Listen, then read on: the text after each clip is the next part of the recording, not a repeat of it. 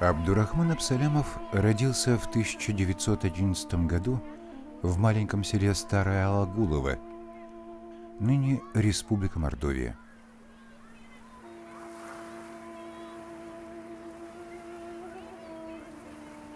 В 1923 году семья перебралась в Москву.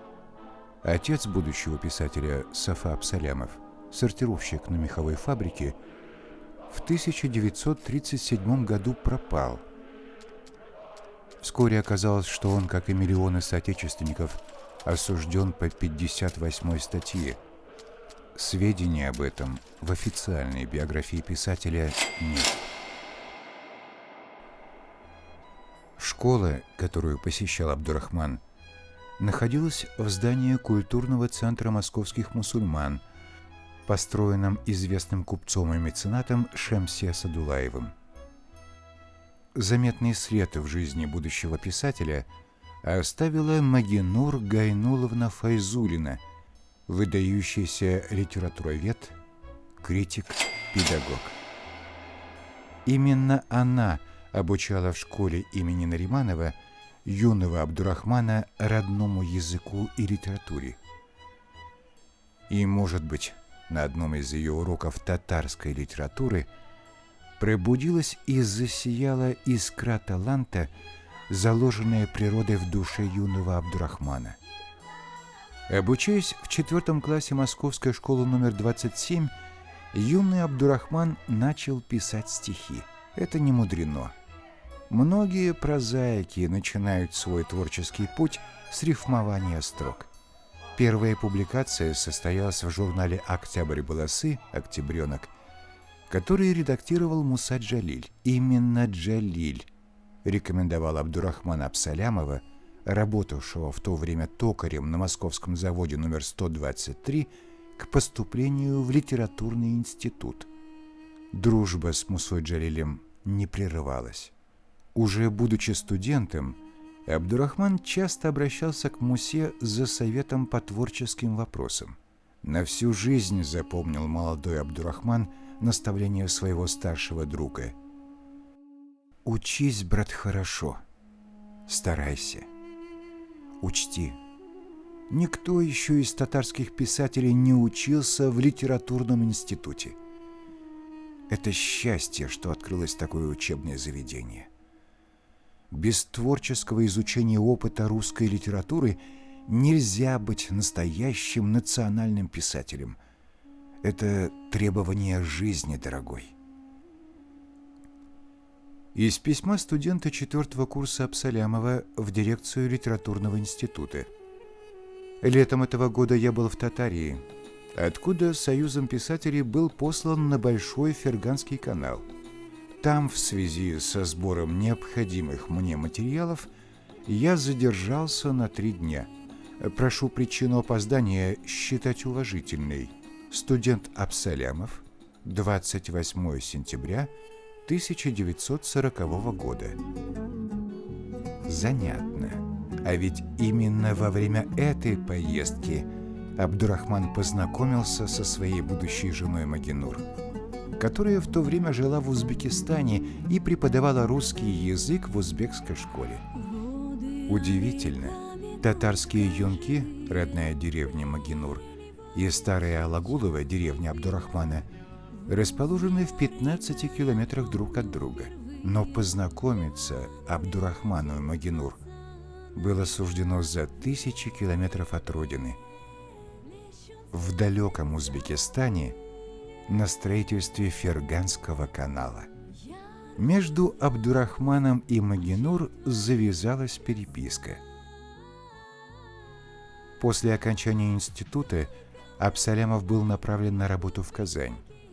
Не успев проработать и года в должности ответственного секретаря журнала Совета Дебиеты, в августе 1941 года писатель был призван на фронт. В годы войны писатель служил командиром минометного расчета, разведчиком, военным корреспондентом. Воевал в Финляндии, Карелии, Маньчжурии. Поначалу суровые реалии заставили забыть о литературе. О каком писательстве могла идти речь, когда главной задачей была борьба с врагом? Своими раздумьями Абдурахман поделился с Ильей Эренбургом. В ноябре 1942 года Эренбург ответил: «Дорогой товарищ Абсалямов, большое спасибо за ваше хорошее дружеское письмо. Я рад, что моя статья о героических татарах понравилась вам, татарину и писателю. Судья с двойной компетенцией. Вы правильно пишете. Придет время и для литературы. Будет победа, будет народ. А будет народ, будет и литература. Сейчас самое важное — уничтожить фрицев». Вдохновившись письмом Эренбурга, Абсалямов написал «Слово к бойцам-татарам», опубликованное в январе 1943 года в газете «Красноармейский ударник». Вдохновенное слово придало соплеменникам автора дополнительный импульс для борьбы с врагом. В апреле 1946 года был демобилизован, вернулся в Казань, привез с собой невесту Магинур, дожидавшуюся любимого в узбекском тылу. Вскоре у счастливой пары появились ребятишки — сын Булат и дочь Ляля.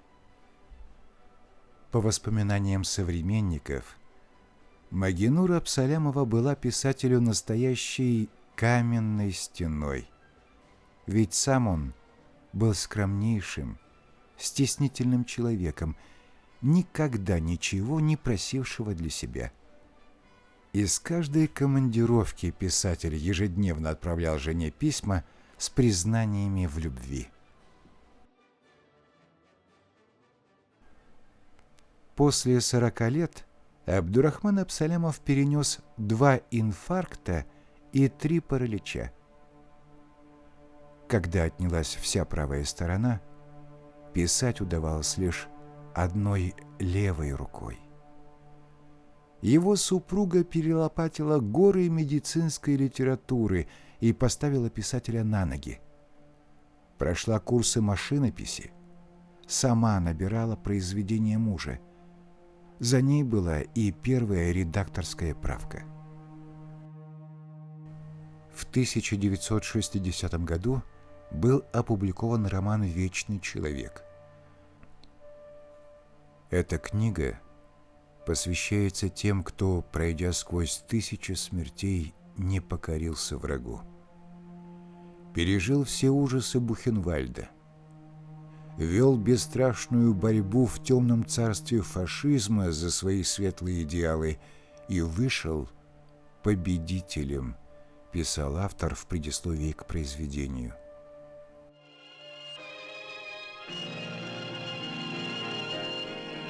Нашей республики удостоены звания Герой Советского Союза.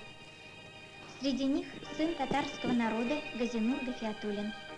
Имя Газинура Гафиатуллина стоит в ряду незабываемых имен героев Великой Отечественной войны. На весь мир, писал генерал армии Еременко, прозвучало имя русского юноши, солдата нашего фронта Александра Матросова. Беспримерный подвиг совершил он, грудью своей закрыв амбразуру немецкого дзота. И вот рядом с героем Матросовым встал герой Газинур Гафиатуллин. Газинур Гафиатуллин родился в селе Сугушла. Первым рассказал нам о жизни героя на страницах художественного произведения татарский советский писатель Абдурахман Абсалямов. В своем романе «Газинур» он показал становление мужественного характера этого человека. Писателя Абсалямова вдохновил подвиг Гафиатуллина и поэтическое значение его имени. Газинур значит «всепобеждающий луч».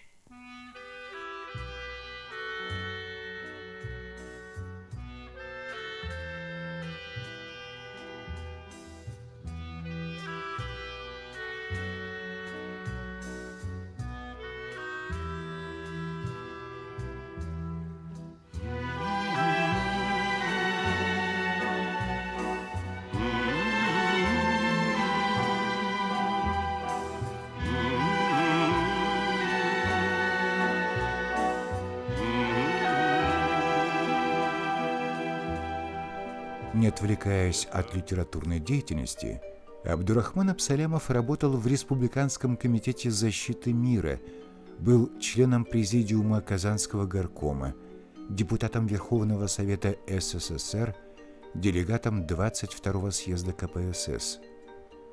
Был награжден орденом Красной Звезды, орденом Трудового Красного Знамени, орденом Ленина. Все эти годы писатель тяжело болел. Но несмотря на то, что врачи тщательно следили за тем, чтобы Абсалямов не смел и пальцем прикасаться к бумаге и ручке, Абдурахман Софиевич продолжал работать. В 1955 году он в очередной раз попал в больницу.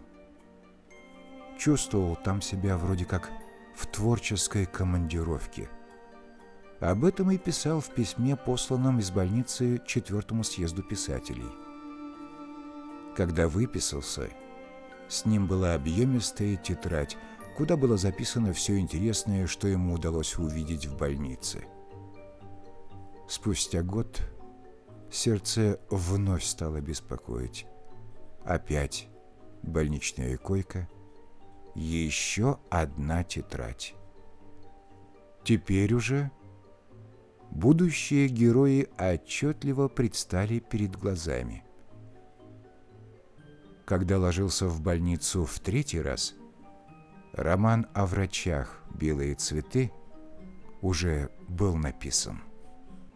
Кто бы мог представить, что из мальчишки, родом из маленькой мордовской деревушки, вырастет писатель с международной известностью и до сегодняшнего дня остающимся самым издаваемым татарским прозаиком. «Белые цветы» по своей популярности превзошли, пожалуй, все другие, также весьма популярные произведения писателя, такие как «Орлята», «Огонь неугасимый», «Зеленый берег», «Вечный человек». До сих пор «Белые цветы» спрашивают в книжных магазинах историю светлой, всепобеждающей любви Гульшегиды и Мансура. В 2008 году Министерством здравоохранения Республики Татарстан была учреждена премия «Врач года» Акчачаклар, получившая свое имя в честь лучшего произведения татарского писателя о врачах. У «Белых цветов» были и свои шипы. При выдвижении на госпремию СССР роман был забракован. Группа татарских писателей обвинила автора в прорусскости и отсутствии в романе национальной идеи. Годом позже, по результатам опроса конкурса Украинской рабочей газеты, роман Абсалямова был признан самым читаемым в стране переводным произведением. Читательский успех набирает обороты. Роман выдерживает более 10 изданий на 14 языках народов мира – финском, норвежском, шведском, французском. Совокупный тираж превысил уже 5 миллионов экземпляров.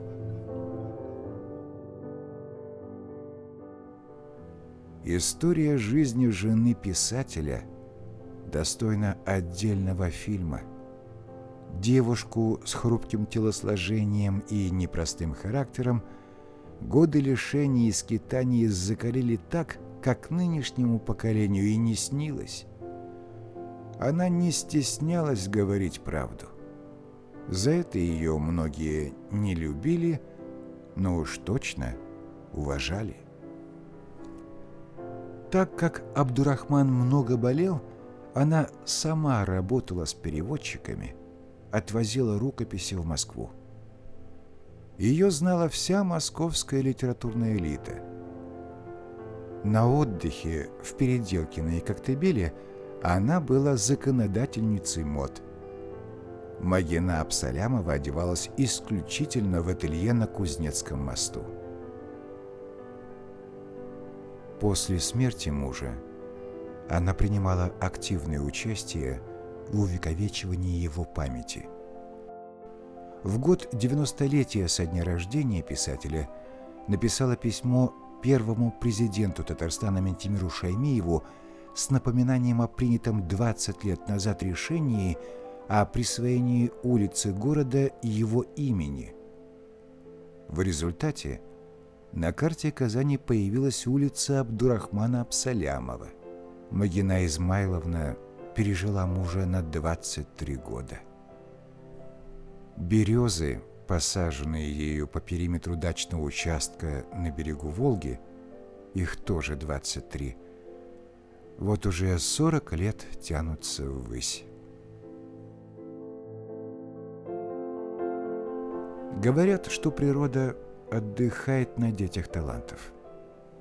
Альбина, внучка писателя, редкое тому исключение.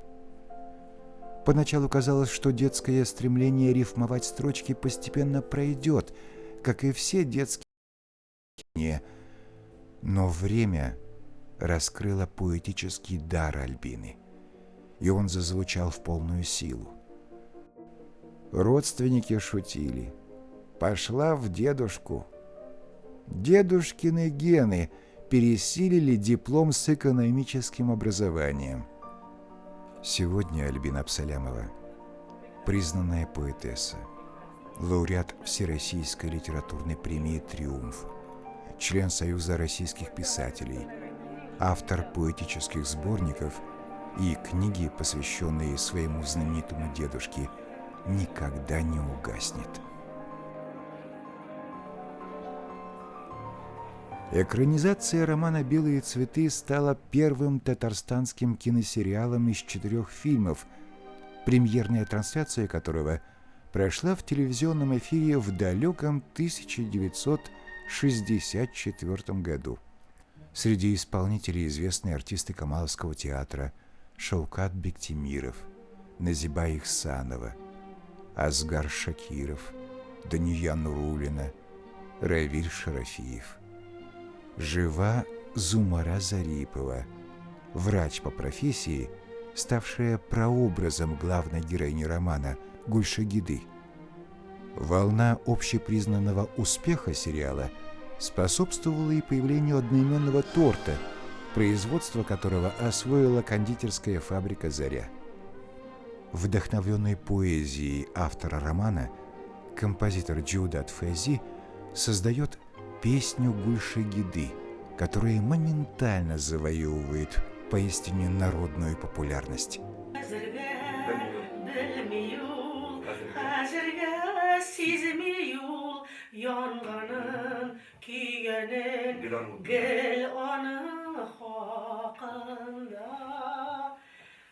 Ул килер бер заман, бар яр каршымда.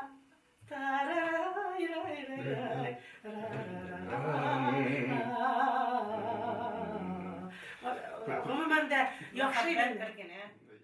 Габдрахмановның квартирасында отырмыз дип искә төшереп, шушы өстәл артында бик кызык кешеләрнең берсе инде ул безнең өчен.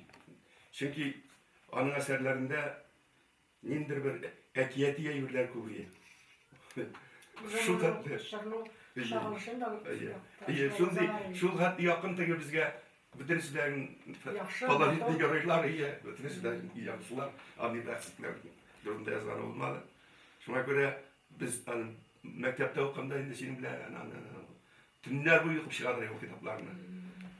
Аннан соң авырган ишеткәчләр мин бик шулай сөйләделәр, шул авыру килештән ул язган икән. Соңгы көннә хәтле. Аны бит инсульт булды. Инсульт булды, авызга керәйде, кулыннан иләреп алып, менә булай әйтә, язырган иткәндә. Шулай итеп, иң күп романнарны язучы менә шушы Габдрахманов. Габдрахманов просто удивительно. Менә булар кеше. Отдельная, малоисследованная часть архива писателя – обширная переписка автора с читателями. После выхода очередной книги Абсалямов получал сотни писем. По признанию автора, некоторые письма поражали его широтой души, культурой, знаниями, искренней приверженностью к литературе, уважением к писательскому труду, готовностью помочь. Сам автор вспоминал, возраст читателей романа разный. Это видно из писем. Это радостное явление, так как в прежние годы критики считали моим недостатком то, что мои произведения читала преимущественно молодежь. В письмах молодых особенно бросается в глаза радость жизни. В их вопросах чувствуется порой озорство, характерное для молодости. Есть и те, что вызывают улыбку.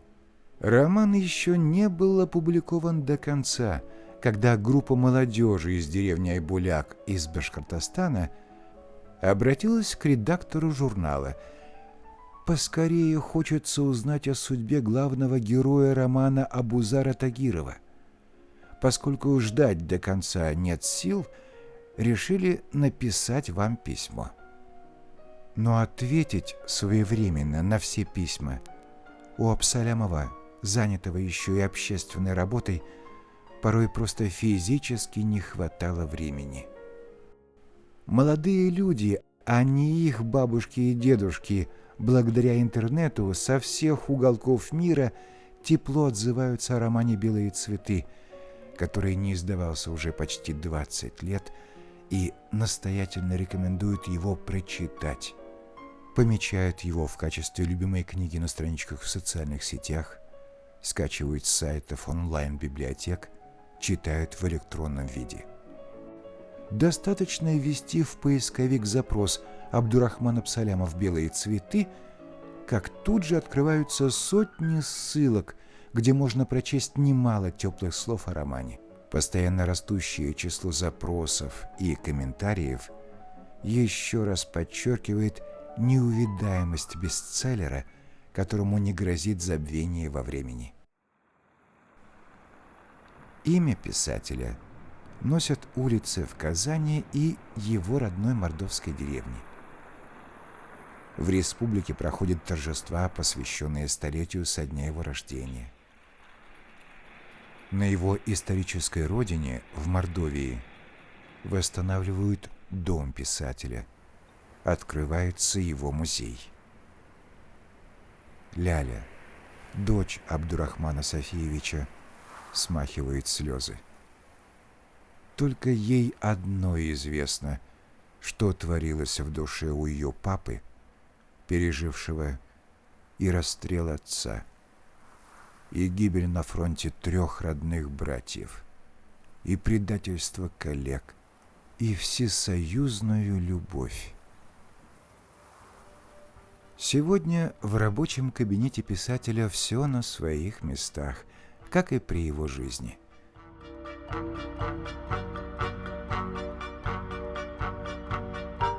Кажется, сейчас откроется дверь, и в свой кабинет войдет вышедший ненадолго хозяин.